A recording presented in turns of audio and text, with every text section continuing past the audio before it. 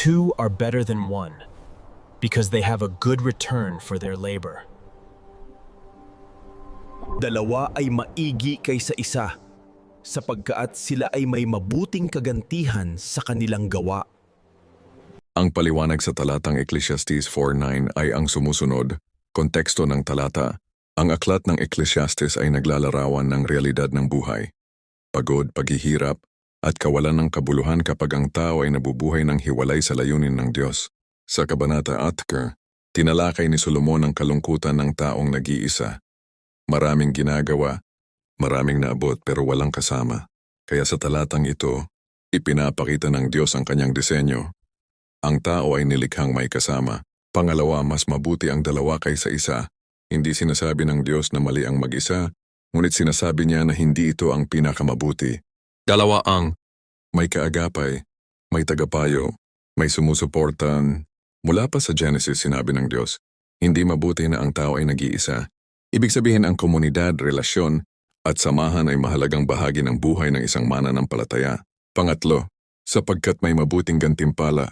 Ang gantimpala ay hindi lang sweldo o tagumpay. Ito ay mas maayos na resulta, ang mas matibay na loob, ay mas malinaw na direksyon, ay mas matatag na pananampalataya. Kapag mag-isa ka, lahat ng bigat ay nasa iyo. Kapag dalawa kayo, nahahati ang pasanin, at ang pagpapagal na may kasama ay hindi sayang.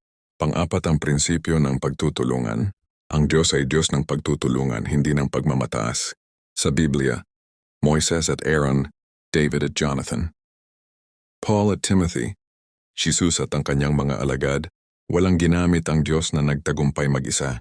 Ang lakas ng dalawa ay higit pa sa simpleng pagdagdag. Ito ay multiplikasyon. Panglima, praktikal na aplikasyon sa pag-aasawa. Hindi ito paligsahan kundi partnership. Ang tagumpay ng isa ay tagumpay ng dalawa. Sa pamilya, kapag nagtutulungan, mas nagiging matatag ang tahanan. Sa simbahan at ministry, walang one-man show sa gawain ng Diyos. Ang pagkakaisa ang nagdadala ng pagpapala sa personal na buhay. Mahalaga ang may kaibigang Kristiyano na magdadasal para sa iyo, magsasabi ng totoo, magpapaalala ng salita ng Diyos, pang-animbabala ng talata. May mga taong pinipiling mag-isa dahil sa pride, takot, sugat ng nakaraan. Ngunit ang pag-iisa ay nagiging panganib kapag iniiwasan natin ang tulong na inihahandog ng Diyos. Hindi kahinaan ang humingi ng kasama. Karunungan ito, pang-pito, pangwakas na mensahe.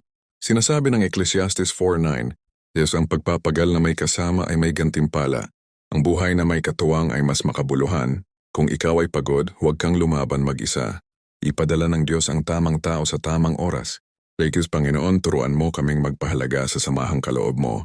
Please support the Bible Verse of God by subscribe, follow, like, and share. May God bless us all. To God be the glory.